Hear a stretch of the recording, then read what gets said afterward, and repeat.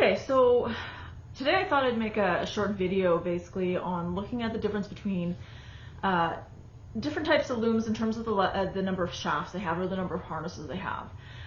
If you watch previous videos that I have, you know that I have a fanny loom by Leclerc, made in 1971, so it's older than I am.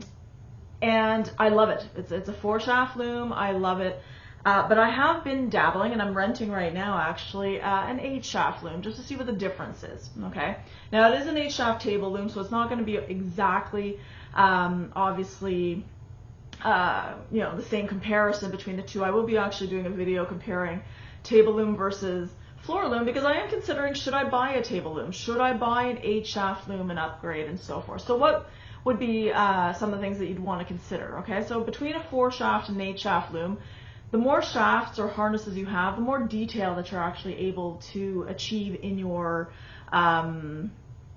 work. Okay, so for example, right here, I've made some scarf videos on making a scarf. It's a beautiful American snowflake pattern by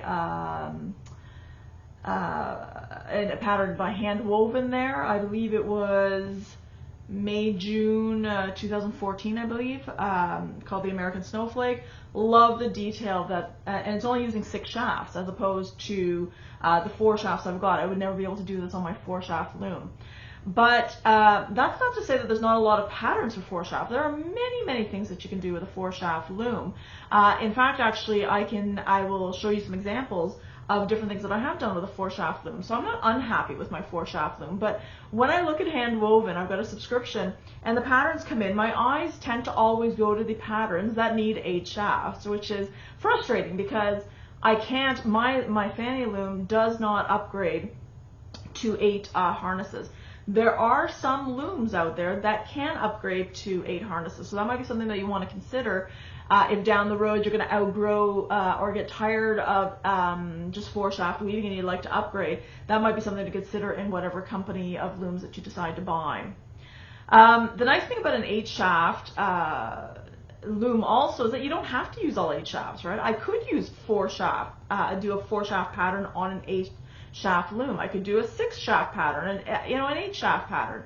Whereas if I have 4 shafts, I'm limited to basically 4 shafts or harnesses or less. Okay. I did find that the 8 harnesses was more complicated to thread. It's the exact same way as you thread any loom, but I found with the multiple harnesses, my eyes have a hard time tracking, and so I had to be very careful and constantly count to make sure. Like when I look at 4 harnesses, my eyes can tell which one is the first up to the 4th, no issues. But once I started to get into 8, past the 4, I had a really hard time. I had to make sure I counted to make sure I used the correct harness. Again, that may not be an issue for you, but I know that was definitely an issue for me. Double weave is something that you may want to consider. I have not done any double weave at this point. A double weave basically is if you want something to be like double the size, for example, because you have a certain length in your loom that doesn't allow for the proper length that you want. Okay. It is a totally different way of weaving. Again, I have not tried it, but my understanding is that if you have a 4-shaft loom and you want to do a double weave pattern, that double weave pattern needs to be a tabby pattern or plain weave pattern. Tabby and plain weave are the same. If it's an 8-shaft pattern, you can have a tabby pattern, but you can also use other types of patterns as well. So that, again, double weaving is something you want to get into. That might be something that you would want to consider. At this point, it's not a huge factor for me. Let me take a moment now and show you what I've done in terms of my 4-shaft to show you that there is a certain level of detail. It's not just plain weave that you can do. There's a lot of beautiful things that you can do with 4-shaft, but as I said, you can get far more complicated with 8-shaft. All right. Okay, so one of the first patterns that I ever tried doing was basically the Keep It Simple towels. You can actually buy the pattern off of the internet. Again, beautiful. Okay, I did all sorts of, like this is I put a whole bunch onto a nice long warp, and I tried different things, right? So like the first one was just this pattern throughout, and then I started to make a band, and then I made a band within a band just to try different things out, right? I did different colors. This one obviously was for Christmas, but my original one that I did was black and beige, for example, which would match the colors of my kitchen and so on. Okay. Another type that I did was the same thing, but this time I decided to do it for placemats. Now again, these need to be ironed, but I used like 8-4. Instead of using 8-2 cotton on the towels, I used 8-4 for the warp and the weft. A little bit thicker, a little bit stiffer. I had to obviously alter the dimensions, so I was practicing obviously how to do that, making the various boo-boos along the way. But again, you know, beautiful pattern that you can use as well, just with a 4 shaft. I decided on Leclerc Looms, the website. They have basically a bunch of patterns that are available there as well. So this one here I got is a placemat for Christmas colors. I really enjoyed it. It's M and O's kind of pattern. I really it was a tough one for me to do again early on for my project, but again beautiful kind of detail as well, again with a 4 shaft. I decided to try a scarf that I saw on Hand Woven called the Ancient Rose Scarf. To me, basically, sorry, it's all wrinkled here, but the scarf to me, for whatever reason, reminded me of poppies, and so I had made it for Remembrance Day to be able to wear along, obviously, throughout the winter. I decided to, because it was one of my earlier attempts, I was really afraid, actually, of screwing it up, so I used 8-2 cotton on this, and it didn't drape as nicely. I would definitely go back and try it with Tencel, for example, to see if it would be, you know, because I've been told that it can have a much nicer drape. I also actually, with the fringe there, I put some beads in, and so one of the videos I'd like to do is different types of fringes and show you how to do that as well.